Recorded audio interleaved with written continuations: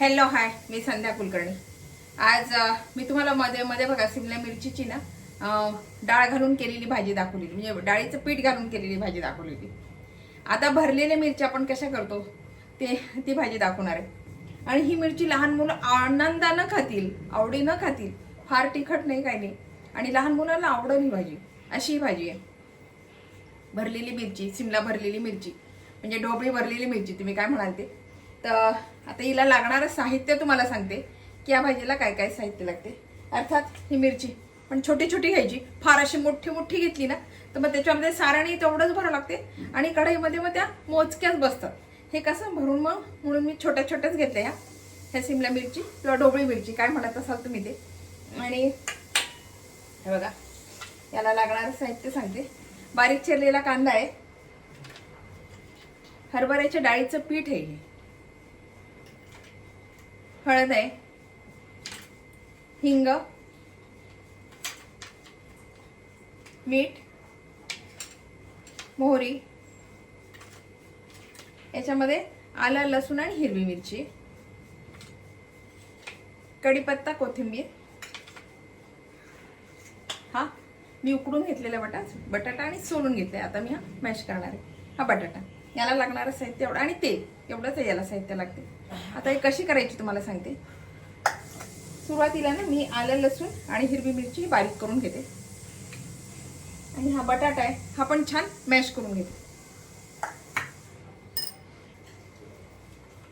हे बघा, मी ह्या आलं, लसूण आणि थोडंसं त्याच्यामध्ये कोथिंबीर टाकली, हे सगळं बारीक करून घेतलं. आणि हा बटाटा जो आहे हा छान मॅश करून घेतला पूर्ण असा. हे बघा, आता ही ढोबळी मिरची मी छान धुवून घेतली स्वच्छ. हे जे आहे ना हे सगळं याचं काढून टाकायचं, जेणेकरून आपल्याला ना बी काढायचं आतलं, आपल्याला व्यवस्थित ते भरता आली पाहिजे.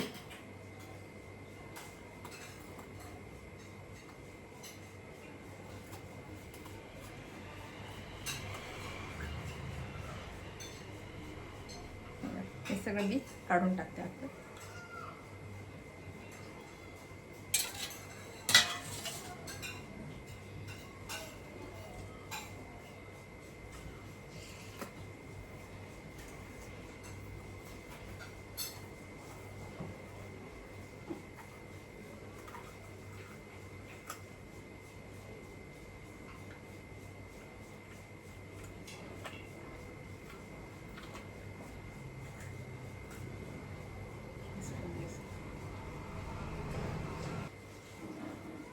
आणि आता बघा मी पूर्ण अशी मोकळी करून घेतली.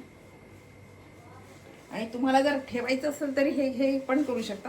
नंतर ते भरून झाल्यावर आपण असं सुद्धा करून ठेवू शकतो. मी असंच काढलंय हे की आपण नंतर ठेवू शकतो. मला नाही ठेवायचं पण ठेवलं तर असं आपण ठेवू शकतो.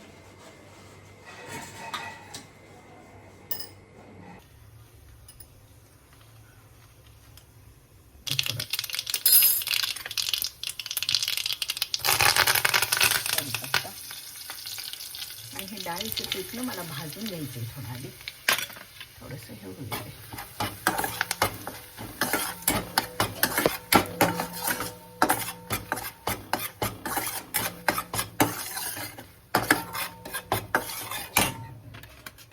कांदा टाकते,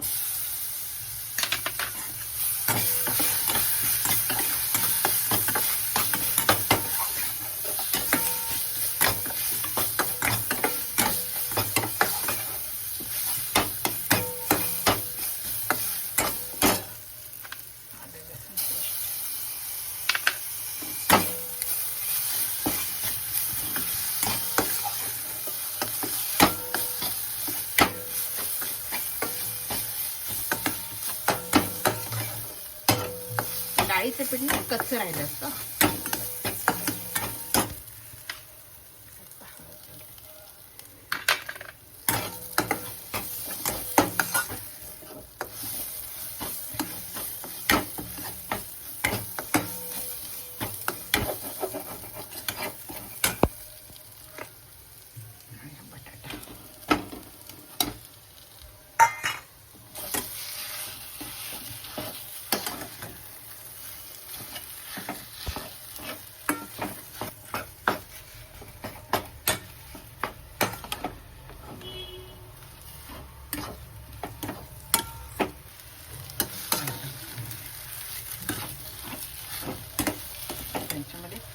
मीठ घालून देते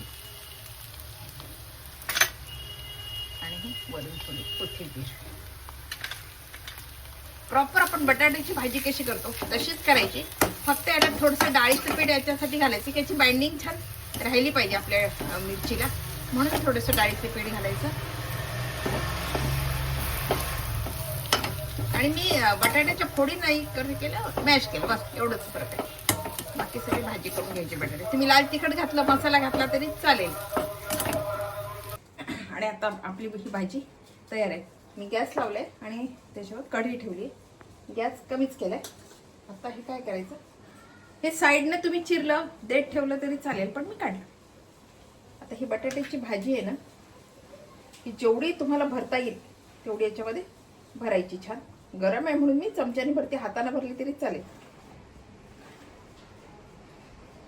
पूर्ण छान अशी भरून घ्यायची याच्यामध्ये.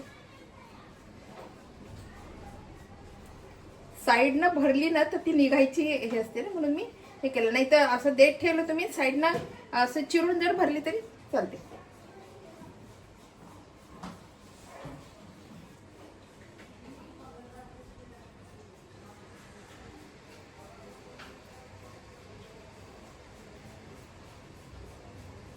अशी गच्च भरून घ्यायची.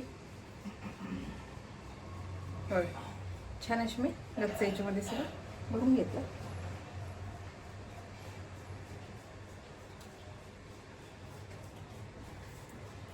त्यासाठी बटाट्याच्या ना फोडी नको, बटाट्याच्या फोडी असल्या की मग त्या असं हे होत नाही ना. आणि थोडंसं डाळीचं पीठ घातल्यामुळे बाइंडिंग राहिली. तर घालायचं, थोडं लावायचं, पण मला नको वाटते ते लावायला. हे बघा छान. आता ह्या मिरच्या सगळ्या मी भरून घेतल्या, अख्ख्या बटाट्याच्या भाजीचं सारण याच्यामध्ये घातलं. आता कढईमध्ये तेल टाकते.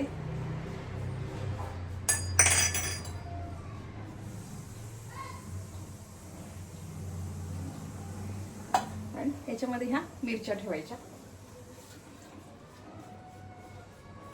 याच्यात तुम्ही आलटून पालटून केले तरी सारण पडत नाही. दाखवते मी तुम्हाला आता.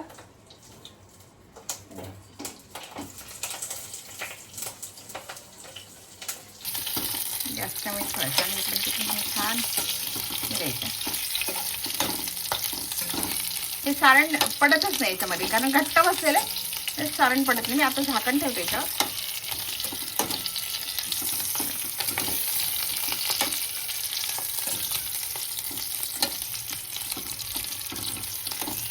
छान असा होऊ द्यायचा याच्यामध्ये. आता झाकण ठेवते. झाकण ठेवलं होतं याच्यावर.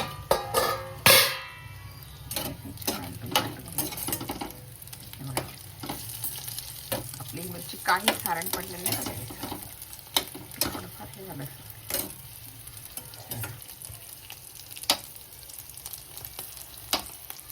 आपली मिरची तयार आहे.